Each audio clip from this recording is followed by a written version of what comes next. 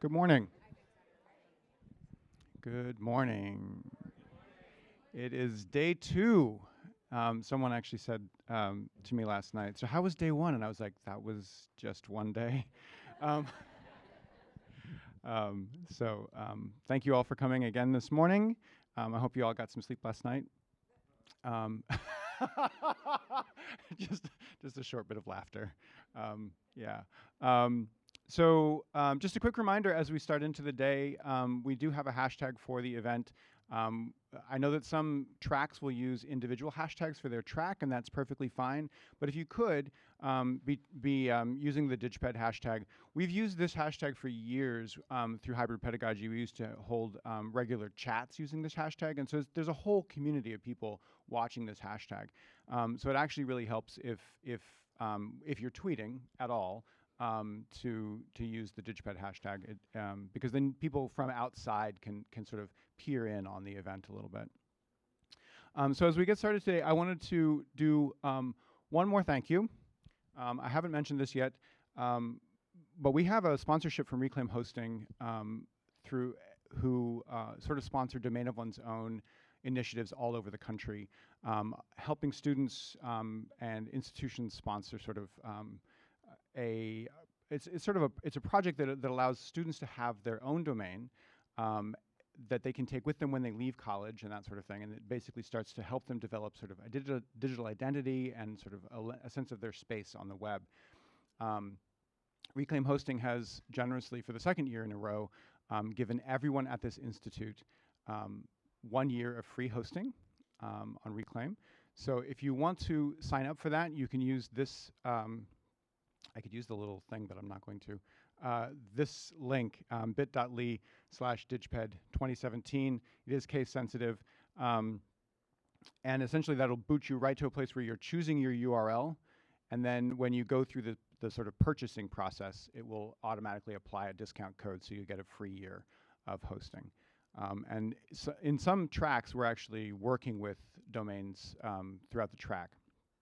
And if your track is doing that, then you'll probably have some help from your instructors and stuff. And if not, you can still go ahead and take advantage of this and kind of play around with it. And we have some help for you in the form of our Ingenious bar, which is open in the afternoons on the 3rd floor. And it's pretty obvious if you go up to the 3rd floor and kind of head toward the back of the building. There's an actual bar along the wall. Nice white bar. And in the afternoons, we've got some people from the DTLT staffing that bar to help you set up your domain, answer questions about how to use your domain, even talk about what is a domain, any of those sorts of things that you might need help with. So we do have that. So please do take advantage of the Ingenious bar. One last little announcement today, Virtually Connecting. Once again, they have a session today at 4:30. Featuring Mahabali and Kate Bowles. And I think that'll be in room 307. Oh, it'll be in your track. Okay, so sorry. You can participate virtually. You can participate virtually if you want to. So, and you guys are setting up at lunch, right? Correct? Is there anything going on at lunch today?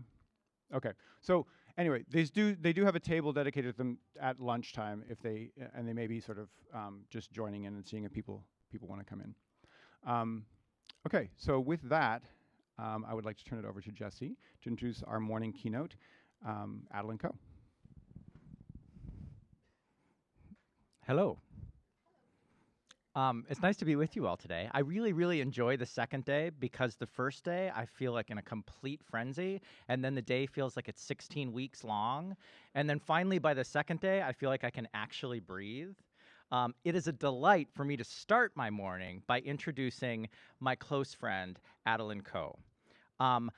I don't have to prepare any remarks for her because I feel like she and I know each other very deeply, and I feel like I will do more justice to her without notes, which also might mean I'm a little bit rambling.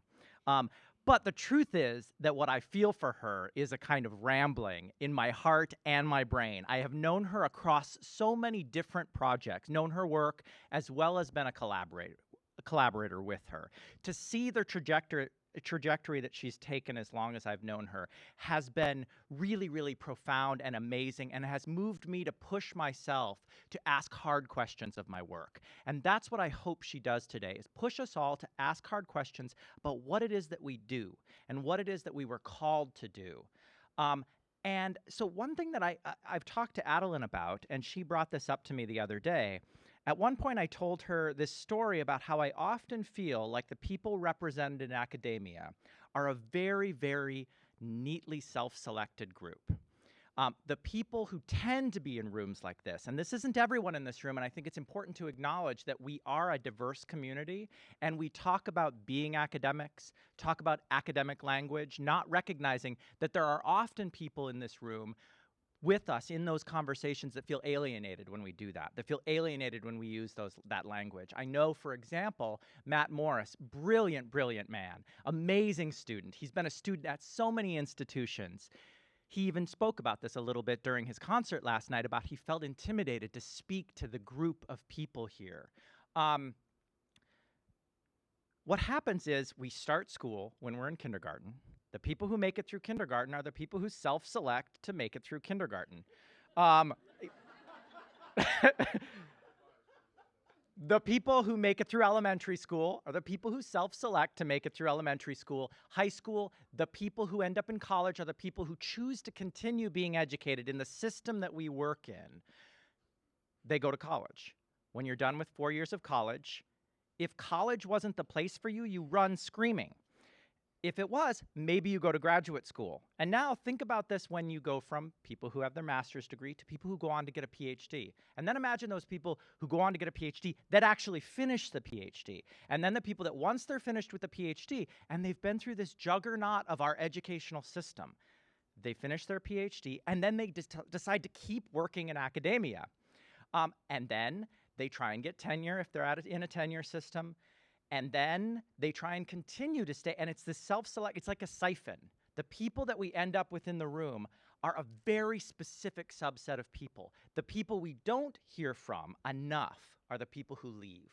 The people who leave at different points. The interesting thing about Adeline's talk today, and part of the reason we wanted her to kick off this second day, the goal of our keynotes is always to have the keynotes sort of plant a bomb right in the middle of the conversations that we're going to have all week. A bomb that changes the nature of those conversations in a way that we can't anticipate for. It's part of the emergent learning that happens in your tracks, and for us as instructors to be like, whoa, how in the world do I come back to my track today after Sarah's keynote and that concert from Matt Morris where I was bawling by the end? Every song I was like, okay, I got my crying out on that first song. Second song, oh, got my crying out. I thought I had gotten it out during Sarah's keynote, but no, kept coming and coming and coming. By the end, I was a wreck, and also a weird wreck of joy and emotion. So in a way, I've self-selected to stay here with you all, and that's a different kind of emotional self-selection. So Adeline has the interesting story of having made it through every hoop of this system. She is, in some ways, the perfect specimen of academia, having made it through multiple systems in multiple countries, all the way through to having tenure. From the space of tenure, she decided to leave. So I think it's important for us to hear from someone like Adeline, someone who left, someone who normally wouldn't be in this room. The only reason she is because I begged her.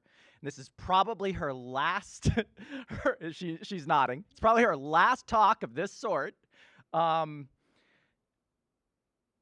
the other people that we don't hear from are the students who never make it to where Adeline is. And we need to find ways to bring them into our conversations today. With that, I want to introduce my lovely friend, Adeline Koh.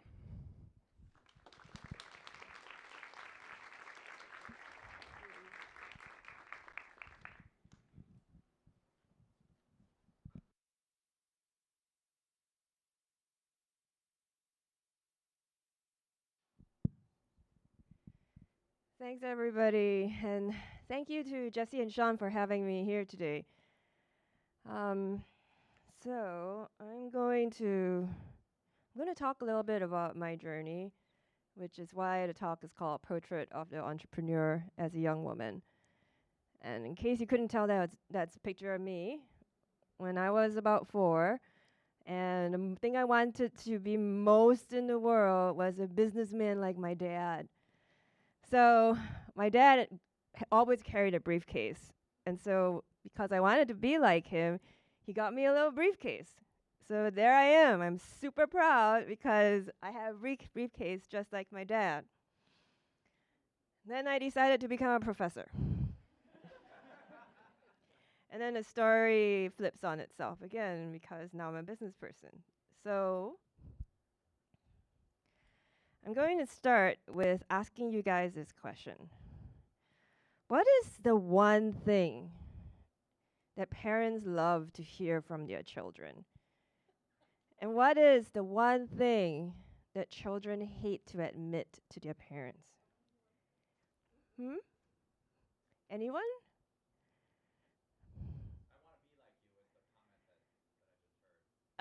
Yeah, that's true. But I think little children love to tell their parents, I want to be like you, right? What is something little children and big children hate to admit to their parents? Yes, you were right. Exactly. So, a few minutes before I started my talk, I messaged my mother in Singapore and said, I'm about to give a talk that's going to make you really happy. Because it starts with the words, my parents were right. So, this story today that I'm going to tell you is a story of how my parents were right, but it's also a story about how I learned that I needed to do things my own way in order to discover that they were right, but also to become right with myself. So first I'm going to talk a little bit about this business called Sabbatical Beauty that I left academia for. I left a tenured position at Stockton University for. If you look in my bio, I hadn't quit yet when they had, I was on the way out, but I hadn't quit yet. So it still says I'm associate professor at Stockton University. And I quit in January. So I was actually supposed to go for my exit interview today, but then I told HR, oops, I forgot I'm giving a talk. So it'll be next week. So when I was in my late teens, and that's me, on the right, in my late teens, my parents told me to go to business school. And they were business people themselves. They thought this is a practical field I would do well in. When I was 19, however, I was an anti-establishment, anti-capitalist, artiste, right? I could not sell out and go to business school. Like, look, I care about these things. And so then I decided to be a professor instead. And I went to graduate school in the humanities. And after grad school, I was lucky enough to win the academic job market lottery with a tenure track position. I got fellowships, I got tenure. It seems like, as Jessie had said, I was a perfect specimen of having done everything right, especially in a really difficult environment because unlike other professional fields, only 30% of humanities PhDs ever find full-time continuous work being a humanities professor. So I had done everything right, but I was miserable. And if any of you have like followed me in any way in my digital humanities career, you've probably seen how miserable I was because I was like telling people online I was miserable. And that didn't go over very well with like my colleagues, but you know. So I went into academia because I was like, oh, great social justice ideas, philosophy, yeah, and this is the only space where I can do these things. I can think hard about ideas with people. I can do activist things. And then I got to grad school, and then I realized that academia, like all industries, is an industry. It's an industry that's made up of institutions. Institutional powers, institutional structures, and the people who benefit from those institutional structures, who don't want those structures to change by any means. So instead of being free, I found myself in this world with a lot of rhetoric, with very little action. And as you guys know, a standard critique of the economic and intellectual hypocrisy of many a literature scholar would be the MLA, the Modern Language Association, where you have scholars all dressed up in black, reading papers in fancy hotel rooms to one person in the audience. Using language that nobody cares about, but their papers are daring and risky and pushing the envelope that nobody is around to listen to. So as in any industry dominated by huge institutions, the interpersonal politics were, as I call it, a bitch, and really what got me out, made me leave. And by politics, I mean that people were always way more concerned with how they were being perceived rather than having conversations, having real, honest conversations. So academia to me became this hall of mirrors and pretense and pretentiousness. Everybody's shadow performing in response to each other's shadow performance. The effects of this environment, as well as a series of betrayals and attacks I experienced in my academic fields, and these attacks and betrayals just got worse. The more successful I became, the worse they became. And all this just left me exhausted, empty, and barren. Now, I want to emphasize here that it's not that I didn't like my colleagues. It's not that I didn't like specific people. I didn't like what the system had turned them into. I didn't like how regular, normal people were turned into toxic pieces of anger because of the way the system is organized and what it rewards. So by the time I was granted an academic sabbatical, I had been running on empty for a long, long time. I felt completely hollow on the inside, spiritually spent, emotionally barren. So even though I didn't do it consciously, my body insisted on using my sabbatical to heal. So first thing I did to heal was to sleep a lot. It was great. I think I slept 10 to 12 hours a day for months. I didn't even realize I was doing it. I was just so tired. The next thing I did was to start making things with my own hands. I'm not the only academic to find some joy and pleasure in making things with our own hands, because what we deal with is so abstract. Making things with our hands is a very different, tangible way of doing things. So I had been interested in Korean beauty for a few years, and I got really disappointed by the available offerings out there, because normally you hear, okay, honey is good for your skin, it's gonna make you glow, and then you go find a product that has honey in it, and then if you look in the ingredients list, you find out that honey is the 40th ingredient on the list. And there was no way that I could really find a product on my own that I knew would have high levels of active ingredients on my own that I wanted to try. So one of my friends, Dorothy Kim, who is Jesse's good friend, told me that I should make my own stuff. Because Dorothy is also a skincare nerd, and she didn't want to make her own stuff. Your kitchen's so nice. It's so clean. You could do it. So I was on sabbatical, so I was like, okay, fine. So I invested a little bit in some equipment, and then I made stuff, and then they saw the changes in my skin, and they're like, holy shit, I want you to make it for me. And so then I started making it at cost and giving it to my friends, really in a small little co-op. And then they said, I want you to sell it online. And I said, okay. So then sabbaticalbeauty.com was born. And this was in December 2015. So not that long ago.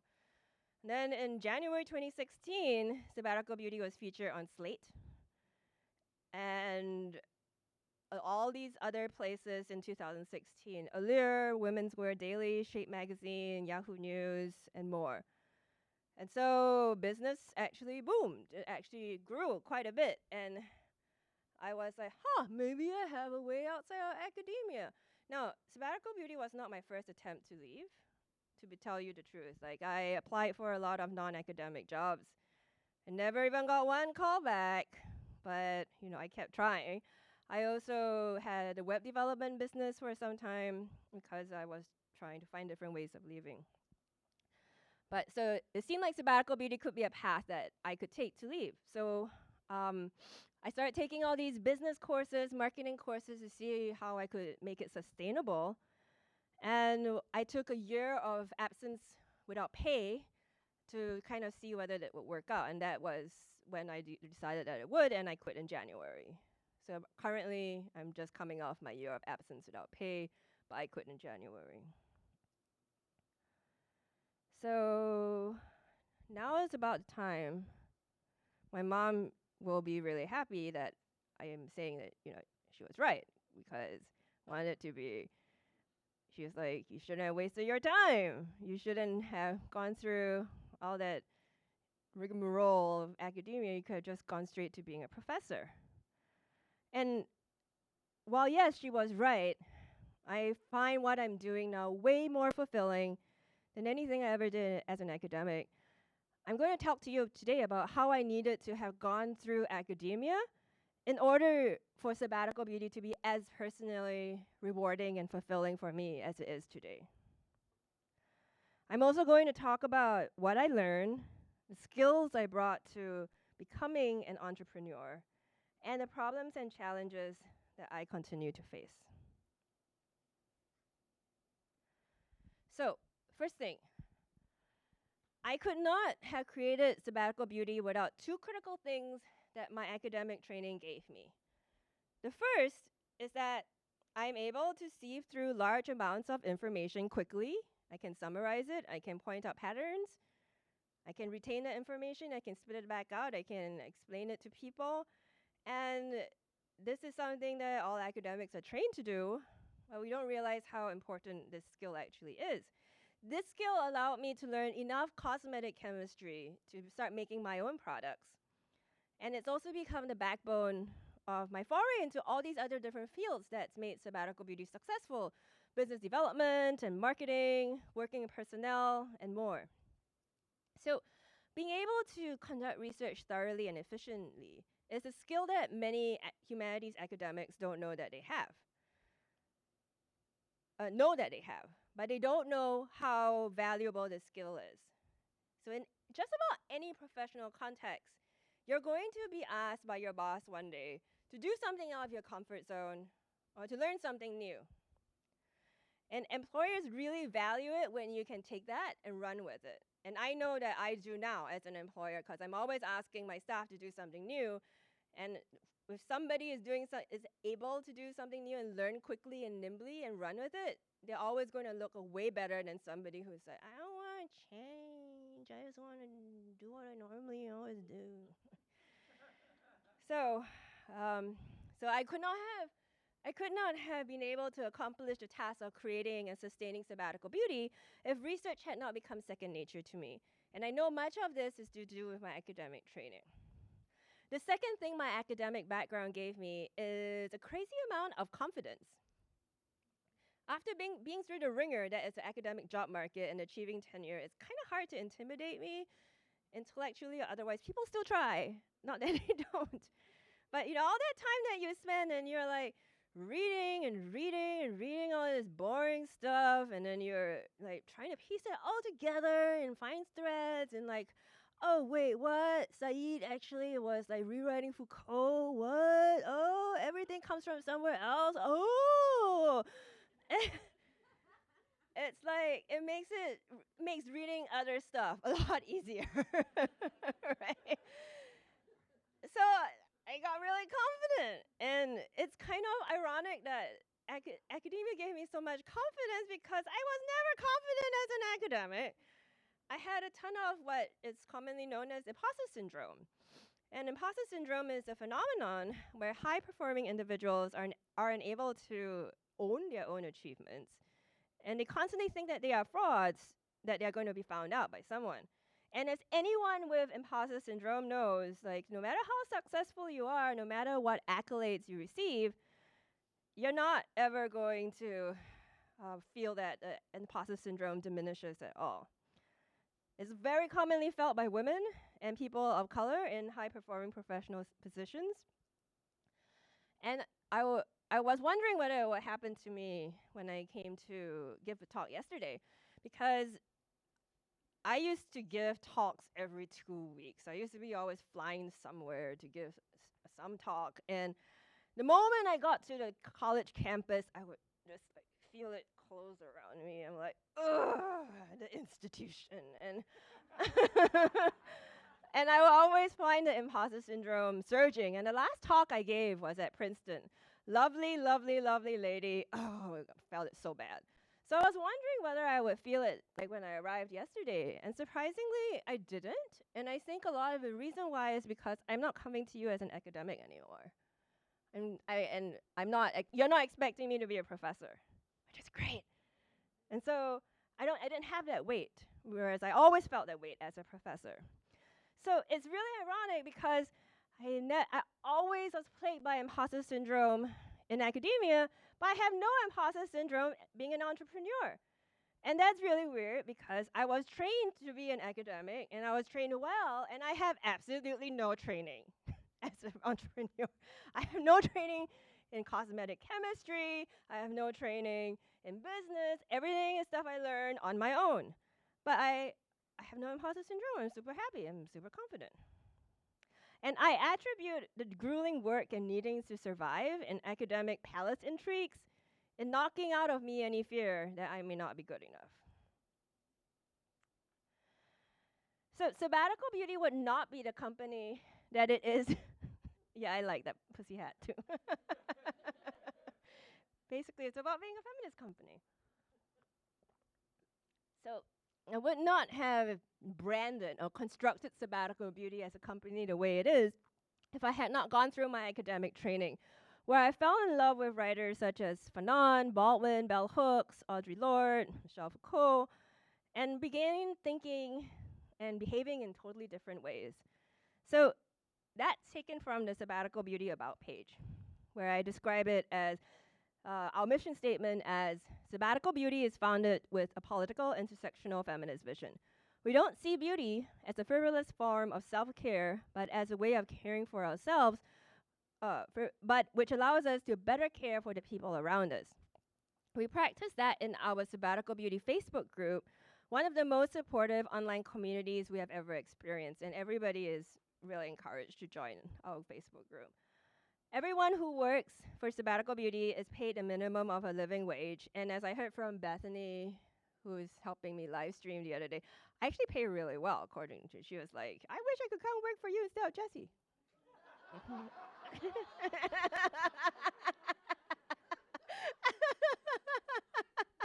She's leaving now. It's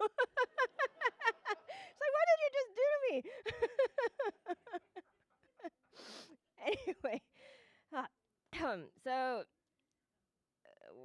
so when you shop from Sabbatical Beauty, you support the vision of this feminist mission of self-care and community support.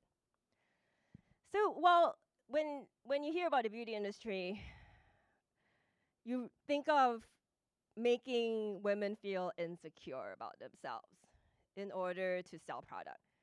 You're too this, you're too that, you're not this enough, you're not that enough. And that's actually counter to how I constructed Sabbatical Beauty. So I don't say you need these products because you are certain you are deficient in any way, but consider using these products as a form or part of your self-care. And self-care is a trendy concept among the social justice community, and it generally refers to undertaking relaxing and meditative things to care for oneself and to recuperate from the stress of everyday life. And this comes from a feminist interpretation of the multi-step Korean beauty regimen, where each step is looked at as a meditative healing process rather than a punishing and demanding ritual. As Audre Lorde has famously declared, caring for myself is not self-indulgence. It is self-preservation, and that is an act of political warfare. So Audre Lorde's words ring so true for many of us who resist little and big oppressions in our everyday lives. This resistance takes a critical mental toll, one which we need to practice self-care to mediate. And honestly, I started Sabbatical Beauty out of my own self-care. And so I wanted to use the company to bring that self-care to other people. And this is something that I always say in my Facebook group. You don't need to ever buy Sabbatical Beauty products to participate in the community of self-care. All we ask is that you contribute and give each other of yourselves freely. And critical to that aspect of self-care is actually having the space for self-care and a community for that self-care, which for me is the Facebook group. As historian Kathy Pice points out in her book, Hope in the Jar, beauty communities originated with women, by women, about women. It wasn't just, she studies in her book, Hope in the Jar, two women, Elizabeth Arden and Madame C.J. Walker. And she says, she makes her argument that these two women who actually started their own business companies showed that the history, before it got taken over by big corporations and men running those corporations, the history of the beauty industry and the beauty culture have a lot of stories of women seizing their chances to become entrepreneurs, inventors, manufacturers, and promoters. And they were successful because they built their brands around community.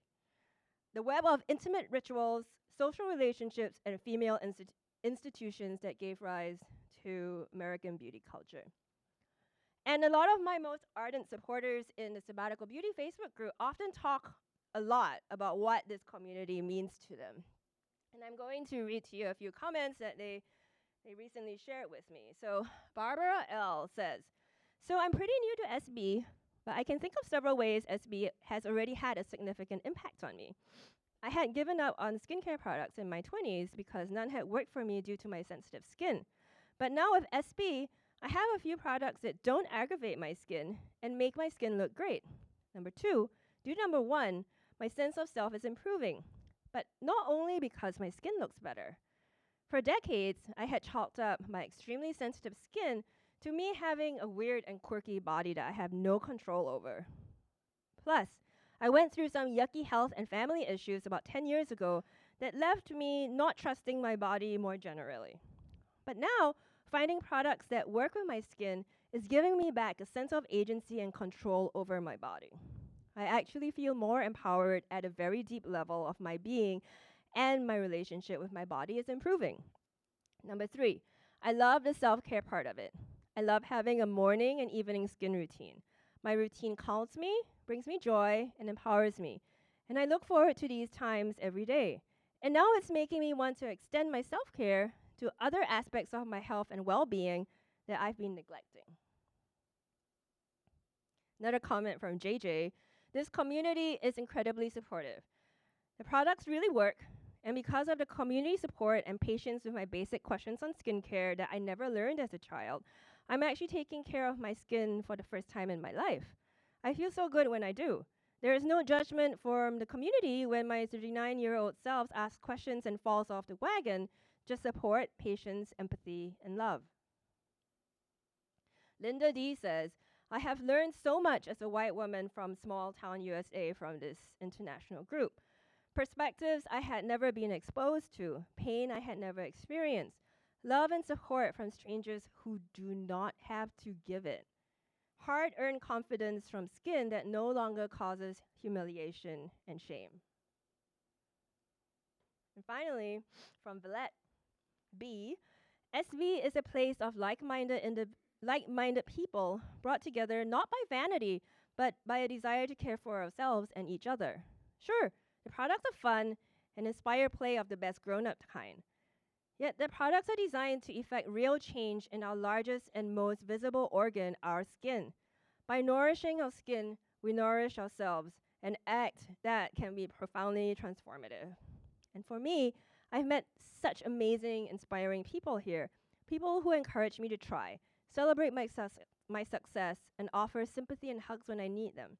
It's a group accepting of everything except prejudice and hate, and it's powerful. Some have become true and hopefully lifelong friends. So now moving on to some of the challenges that I experienced when I grew up Marxist and now I'm petite bourgeoisie. So it's the truth, right? I think about it a lot. So I'm going to talk about what happens and some of the contradictions and challenges that I face reconciling the ethical training, the ethical ideas of my academic training with the harsh realities of needing to be competitive in a late capitalist environment. Like, how do you actually create a feminist community that is actually competitive but is actually non-exploitative, right? So I'm going to give you a little example using one of my favorite dudes, Marx, and his concept of species being, or Gattungswesen. So in several sections of his work, Marx explains that capitalism robs human beings of their species being.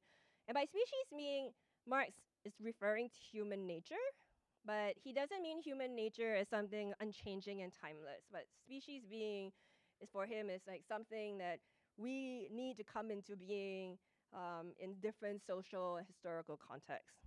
So he explains that capitalism robs human beings of their species beings because of the alienated structure of labor.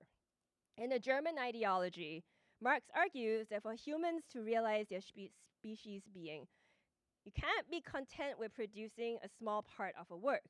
They must be able to see and design the work in its entirety, much like the way an architect envisions a building.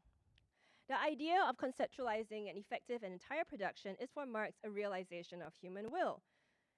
So later on in the German ideology, he also says, okay, so bees make really nice honeycombs, and these beautiful honeycombs may put an architect to shame. But what distinguishes the worst architect from the best of bees is this: the architect raises his structure in imagination before he erects it in reality. And that imagination, that point of imagination, is for Marx what gives human beings our life force. What human beings derive their humanity from is not the ability to gain a vision of their will through what they produce. They do not produce just as a means to an end to live, to survive, but as a creative life force. So to fully realize your species being is really, really hard when you have to create a factory floor. So like Marx is basically saying, architect imagines, builds, or you can even have like a carpenter or somebody whittling a piece of wood and forming a little whistle from it. He imagines it in his mind, and he produces it, and there it is. And when your factory floor, everything is segmented. You cut what this person cuts this little bit, this person cuts this little bit. It's like, and they're not part of anybody's larger vision. Everybody is like doing things piecemeal because that's the way factory work is. But it's really hard to escape the factory floor when you're actually working in production, because I've tried to resist it, and then I realized that it's like that for a reason. And the reason is efficiency and keeping costs down. And also to make sure that you produce homogeneous products that are the same. Like, some people may say, oh, I love artisanal products where everything is like slightly different, and actually no, they don't. They want everything to be the same, and they complain when it's not the same. So the reason why people do things in a factory format is because it works. It actually creates homogeneous products. It builds it minimizes costs, and it's the most efficient way of doing things. But the basic factory line, in essence, also robs humans of their humanity. So if customers do not tolerate inconsistencies in product well, capitalism has trained us to expect quality to mean exactly the same product all at the same time. And if we don't standardize the process of production, we end up with lots of inefficiencies and inconsistent product, adding more cost to the company and making it unprofitable. An unprofitable company at the end of the day, it's not a company, it's going to dissolve. Everybody has no job. So I can't create a utopian thing because there's a bottom line. I need to be productive. I need to make money. I need to make money so everybody can stay employed. So what are some ways around this? How do I build an ethical company in the era of late capitalism? To be honest with you, I don't know. It's really hard. I'm still trying to figure this out. I try things, I try other things. Some of the ways in which I try to mitigate the alienation is to give my employees a lot of agency and ability to implement change in the process. So the process isn't top level down. It's more that they own the process, they have ownership over the process, and they get to have a larger vision over the process as they imagine it. They also get input on product design and development, as well as sales and our sales and marketing vision. And then what do I do about the fact that Marx says property is theft, right? That basically means that one of Marx's big things also is that one of the central problems of alienation is that, okay, the worker works on stuff, but at the end of the day, the worker does not own the stuff that he works on, because the means of production are owned by the evil capitalists, like right here, right? So what are we going to do? Like, how are we going to redistribute stuff? So like my way around it is that my workers, they make the stuff, they can take back any sample size stuff for free, and they get a really big discount on stuff that they make. That's my way around it. It's not perfect, because I still own the means of production, but I also own all the risk that comes with the means of production. So that's the way I deal with it. And it's not surprising that managing these opposing forces is difficult. And I'm sure many of you have heard of these feminist-oriented companies that have recently come under fire, like Thinks, like Modcloth, like Nasty Gal, because they claim to have a feminist vision, but their business practices have not matched up with their feminist vision, leading some commentators to say, a feminist company may be a contradiction in terms. And even more difficult for me personally is that I've never had any management training, which is one of my new research areas. And now as I'm doing all this management training, I'm starting to realize even more why academia is so toxic, because none of us have management training. Seriously, we are not beyond it. We're not above it, okay?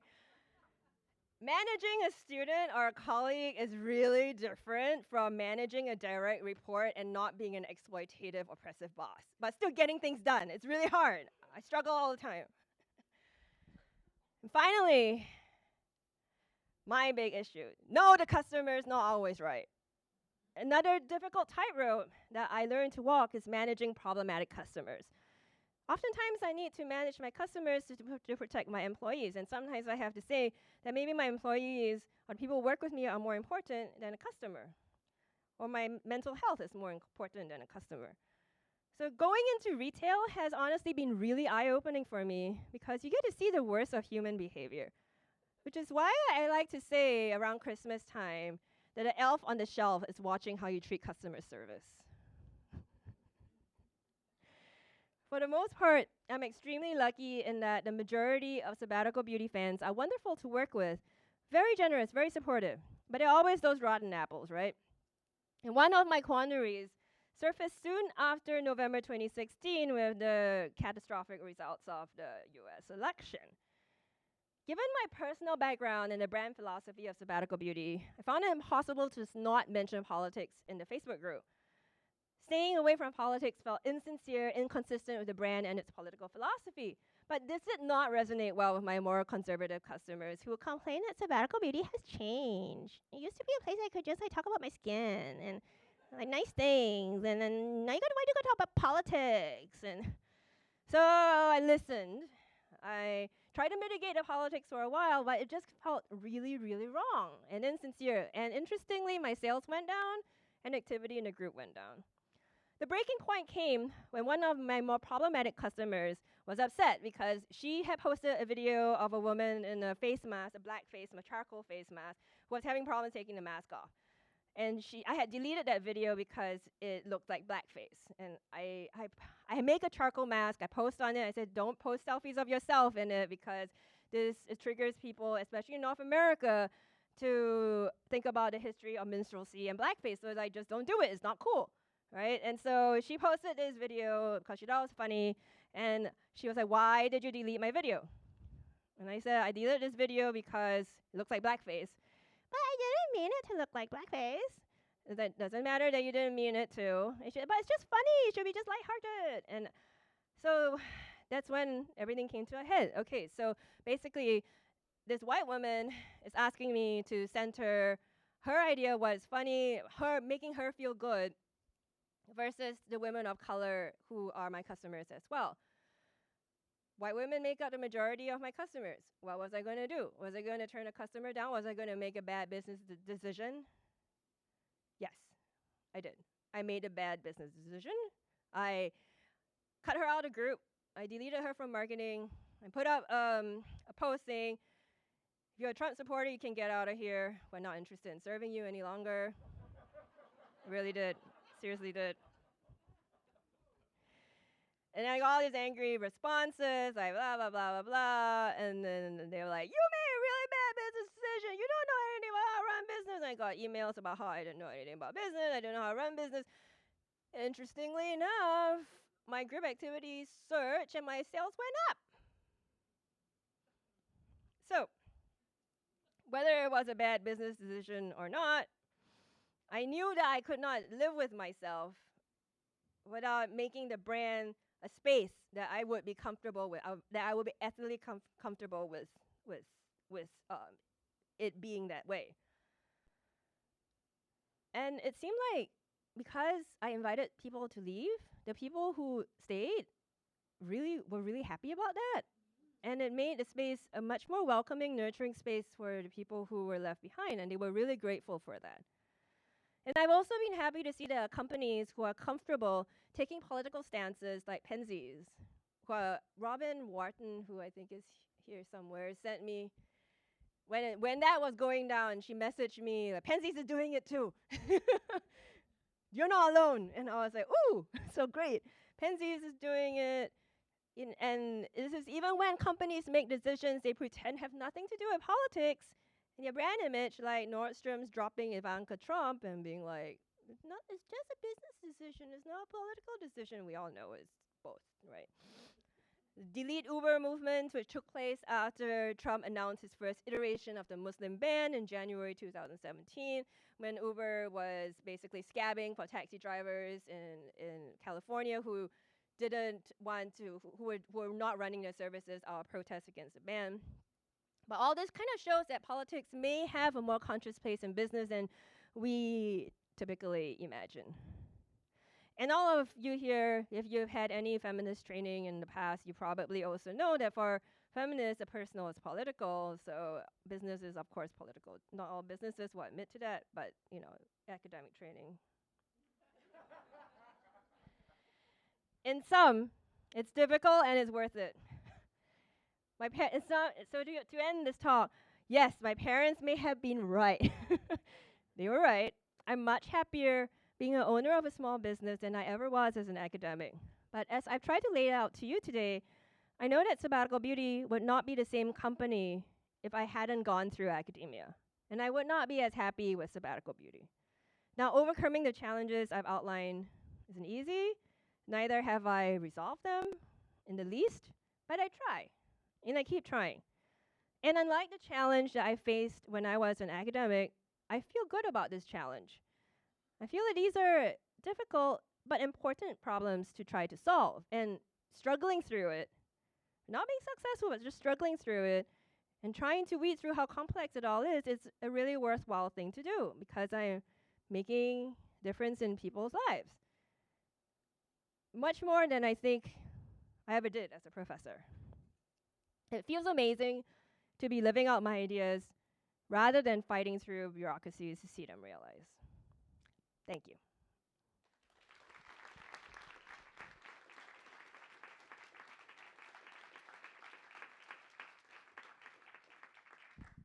So we have about 20 minutes for questions. And I'm actually going to do something I don't know that I've ever done, and I'm going to ask you the first question myself. And the question that I have is, I was sitting here thinking about what you're talking about with factories, and you're also talking about customers. And what I've noticed in education is that that language is now the language that is increasingly being used to describe schools and being used to describe students. And it actually has a long history. So the notice of the school as a factory model also has a history. And so I'm wondering if you could extrapolate a little bit, like as I was listening to almost everything that you said had a metaphorical register for me. It was both about what you were talking about and about what we're doing here. Right. And I'm wondering if you can kind of connect that a little bit. And respond to the idea of students being customers. That's a really good connection to make. And it kind of brings me back to this critique that I often hear about whispered about me, which is like, oh, she's sold out. Now she's like the man. She's capitalist, right? But, I mean, we all sell out because if you're employed at a university, guess what? Universities are part of the capitalist system as well. That's exactly why in the age of capitalism, we're talking about students as customers and institutions as providing a product with value for money. So for me, the connection and the important connection with education is that humanities academics, which is my perspective because I came from the humanities, we have all the marks behind us to tell us, oh, this is wrong, this is alienating, this is exploitative. We don't really see the other side because we vilify the administration. They don't know anything. They're just business school like dumbasses, right? Who come and tell us about how to manage personnel, and we don't want to hear about that. But they know things that we don't know. They know about problems that we don't know.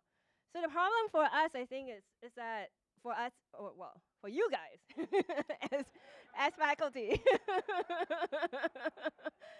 is that you know a lot of the theory, but not a lot about how you're going to keep your school competitive, how you're going to make sure that you're going to get enrollment, how you're going to make sure that you're going to continue in the future, how do you going to make sure that your school isn't going to fold, and you can have all these critiques. But you also need to understand the financial reality behind these things. And I think doing Sabbatical Beauty was exactly my missing piece for me. Because I knew all the critiques. I didn't really know how to negotiate the critiques with the reality. Other questions? Thank you so much. That was entertaining and very informative. I have a question about after which you said you just finished your academic life, I guess, in January. Yeah. So I think the answer is no, but I just want to know your angst to this. If someone came to teach anatomy, which is what I teach, from the business world, I'd laugh at them. You're doing kind of a similar thing in going from an academic position into the business world, and based on some of your practices so far, it seems like your business sense, like a businessman would say, it's awful. Just like... But telling like your Facebook group, if you voted for Trump, I don't want your business. I mean, I understand the ethical like basis, but and I'm honestly not trying to be combative here. I'm just asking, are you pursuing any kind of MBA? Like, is that something you think you should go for in order to start your own company? Well, I kind of hinted at this at the start of my talk, but it's not like I'm not constantly learning stuff. I don't know whether I'm ever going to pursue formal education because honestly, being a professor has really soured me on formal education. I'm actually quite sure and confident that I can learn better on my own than I can in a formal education setting. Being part of the formal education setting for a very long time. So I constantly am learning, constantly am reading, and constantly am learning about new fields, business management, business development, marketing, personnel training, all those things I read on my own. I probably practice on my own. I don't think I'm going to do an MBA because I'm not very interested in it. But I'm self-taught. I have a quick question.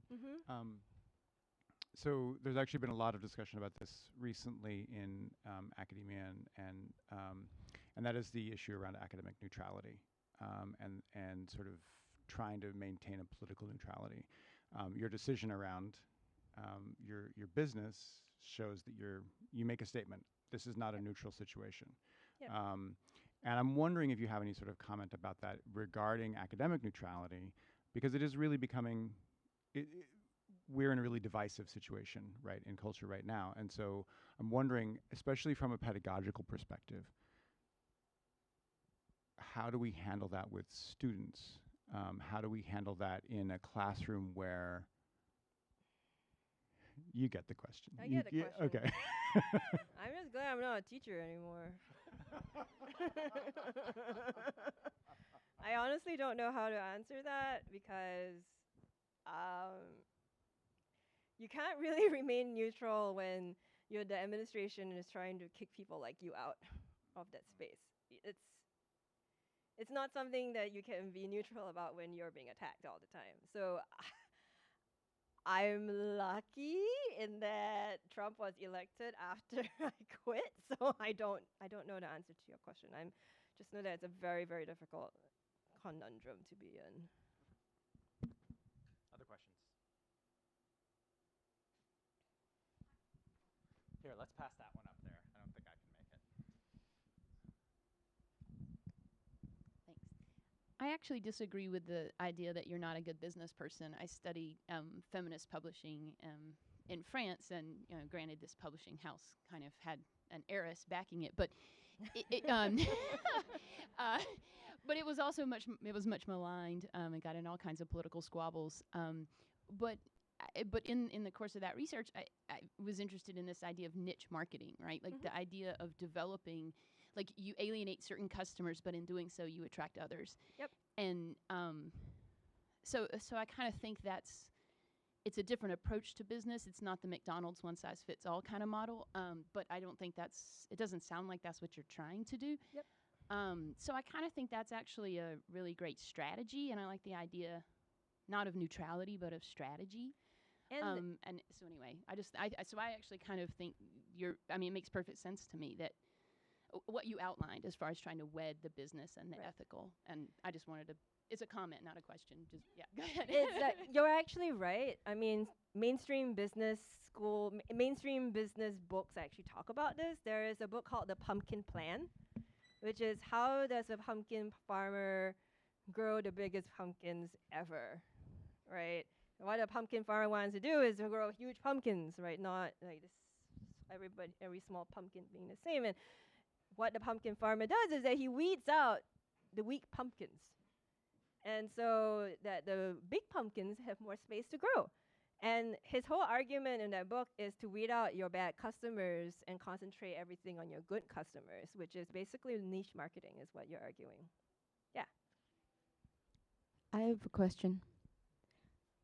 Way up here, I'm the one who said parents what they want to hear. Yeah. So I'm a parent, and I'm in higher ed, and I'm constantly battling my own self that I'm ashamed that my kids are in the same system that I disagree with, but I'm in it too. So my question to you is, now that you're out of the system, I'm not sure if you have kids or whatever, but what would your advice be to parents who know that the system isn't right, but you can't change the world, just one person, and yet you have to watch your kids go through pretty much what you went through and what some of us go through too? I think it really depends upon your individual child. So like I taught at a regional state university. A lot of my students, it's not a competitive school, it's not a prestigious school. A lot of my students need to come to class.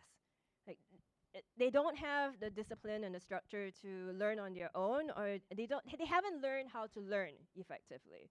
And because they don't know how to learn effectively, like the school structure is actually set up well for them, especially I was in this liberal arts kind of environment where professors take a lot of time and energy in like teaching each student. So I think that if a child is like that, doesn't know how to learn on their own, like that formal environment is actually really helpful for them. But I think that a lot of very gifted, very intelligent students can actually learn a lot of things on their own without having to go through the curriculum. And I see that a lot. I mean, that's why a lot of people are not going to college anymore. I used to be really upset about that.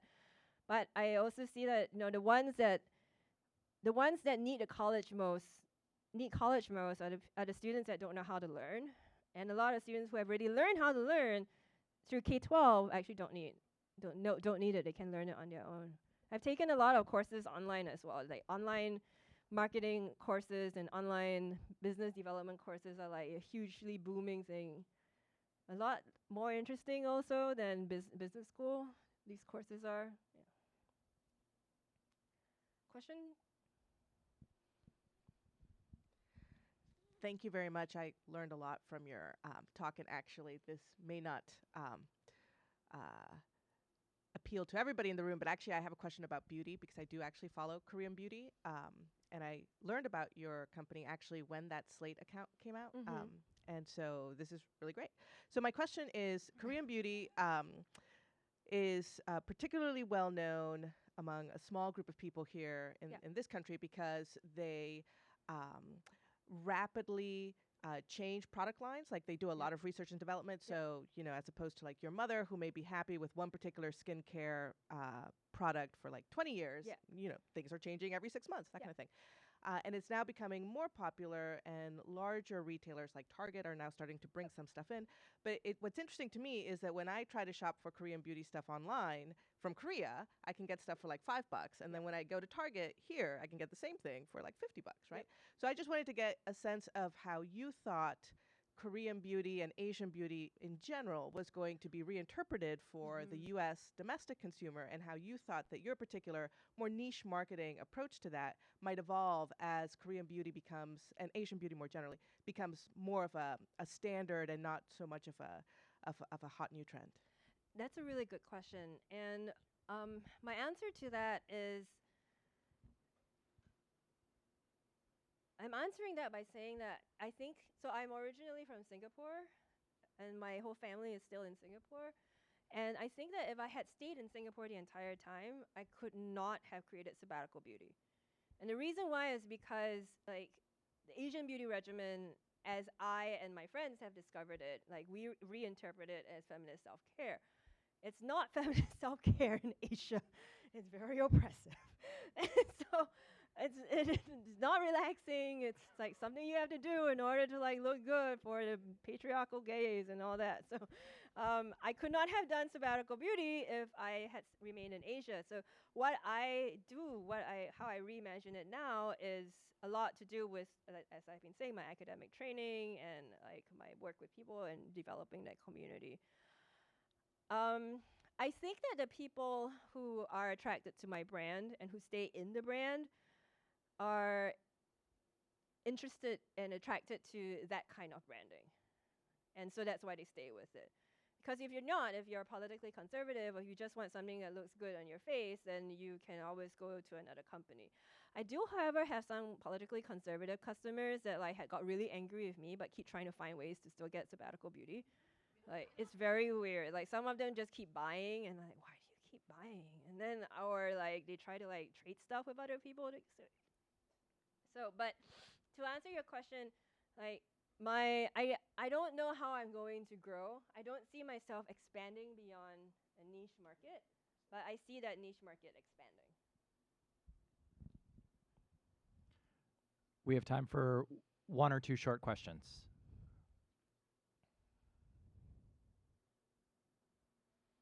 And I have one.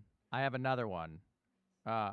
And the question that I'm going to ask, it's a continuation of my question from before. You are a teacher, and you have been a teacher for a long time. Interestingly, course management is also another word that we start to hear to describe the work of teaching, to describe the work that we do in classrooms, especially virtual classrooms. And I'm wondering if you can speak a little bit to the connection between management, as you're discovering it, and teaching. Like, did being a teacher help you be a better manager? And how are they connected? I said earlier that I think managing a student is very different from managing a direct report. And to be honest with you, I think that, and I have been a teacher for a long time, and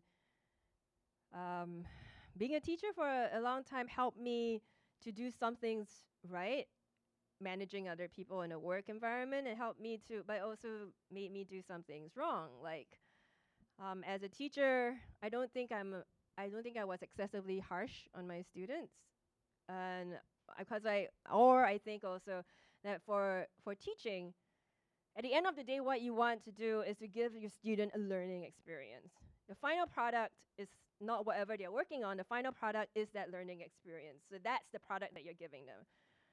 It's very different from when you are a boss and your employee has to produce a product that's for the company. It's not their learning experience anymore. And I think that realizing that line and having to tread that line, it was really hard for me because I was always about like making the best experience for the students, but no, you need to make the product right, and no, customers will complain and my costs are going up. And yeah, I don't know whether it helped. It helped in some way. It also hurt in some ways. One more question. So Amy and I are running the design track, and so this is a design-related question. You've talked about the intentionality with which you've approached your business in terms of your ethics and your approach to it. I'm curious about how you approach designing your products, both what's in them and the look of them for the audience that you envision them going to. And in particular, how do you use the community that you've formed as a way to engage with the questions about how to design your products? So I do a lot of research. Old habits die hard. I do a lot of research on the beauty industry, what new current ingredients. I formulate products way in advance of when they're released, and I have a small group of testers that test the first round, and then I have a bigger group of testers that test the second round, and then it goes into the subscription box before it's officially released on the website. So it goes through all this different testing, and people give me feedback. It's not tested on animals. The only animals are humans that it's tested on. But all that plays into how the product is designed, and sometimes they want a different cosmetic feel to the product, or they didn't see enough effect from the product for me to actually bring it to launch. My customers actually get a ton of influence into how the product is designed because I often post behind the scenes work of what I'm doing, and the testers also will tell me what changes they want made, or people will tell me what products that they want. So it's a very collaborative process, I think. It's not just me designing, but it's also them telling me about what they want, and when so it's a collaborative process. Thank you so much to Adeline Koh. It was lovely to have you here. Lovely to be here. Thank you, Jesse. So there is a short period if anyone wants to talk with Adeline privately. We actually officially were supposed to start at 10:45 in the tracks, but that gives you 25 minutes. So what I'm going to say is instead, why don't you take about 15 minutes to gather yourself and end up back in your track about 15 minutes from now, which would be 10:35. Right? Yes. Okay, good. 10:35.